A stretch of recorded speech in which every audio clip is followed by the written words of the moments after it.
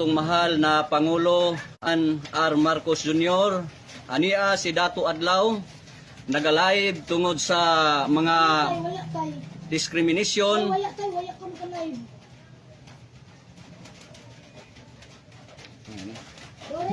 tungod sa mga discrimination nga ang pulis nagdakop sa among kauban nga diin wala kini insakto nga legality, walay warrant of arrest, no? So Wala maka-live.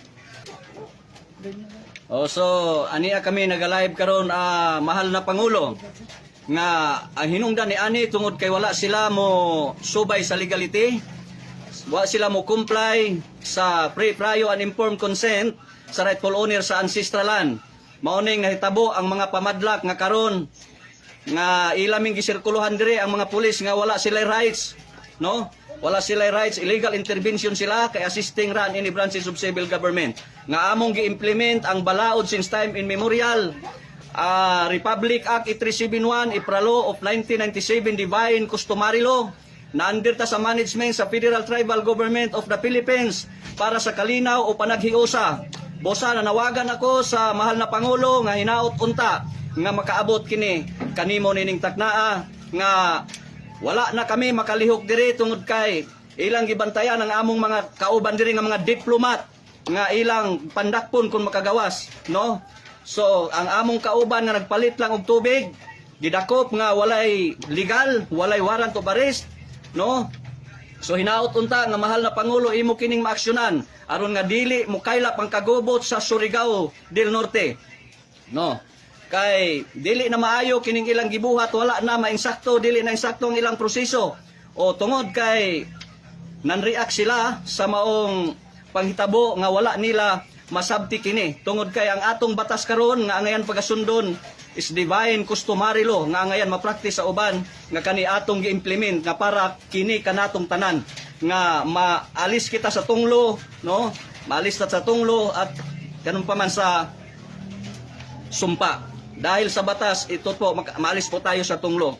Kaya sana po na makarating po ito sa mahal na nating presidente, no, na kailangan in 72 hours, si Dato Adlaw, nag-order po na makalabas ang kasamaan namin na hinuli po nila ng walang proseso. Hindi legal ang proseso po nila. Kaya tinatawagan ko po ang lahat ng mga sundalo infantry nga angayan nga makasuporta namo diri karon tungod kay dili namo gusto ang pagbantay sa mga kapulisan. Among gihangyo ang mga kasundaluan nga magbantay namo diri para sa manifestation sa kalinaw panaghiusa. Busa daghan salamat, hinaot unta nga sa gamayng mensahe ni Dato Adlaw nga moabot kini sa mahal nga Pangulo aron nga kini maaksyonan dayon kining maong mga lakang sa atong mga kapulisan nga walay saktong mensahe, walay saktong proseso. So daghang salamat og maayong hapon kanatong tanan. God is justice. God is justice. Rebelde daw kami. Ipapatay takaw. Papatay takaw. RPN. Ipapatay takaw. In 72 hours. Ikaw Mayor Dumlao.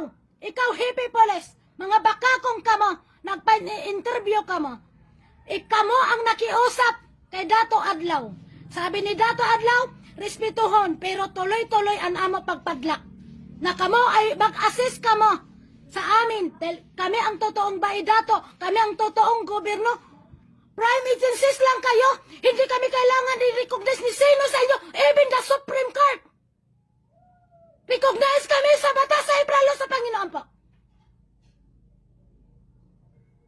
Dahil kung recognize kami under Sibilo, walang mangyayari sa panggoberno natin.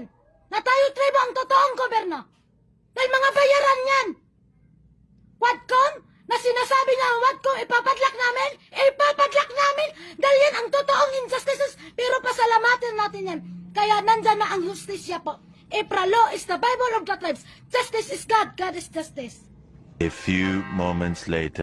Natin, prinases na lahat ang mga documents na kailangan para sa pagsampa ng mga iba't ibang kaso against sa kanila. A few inches later.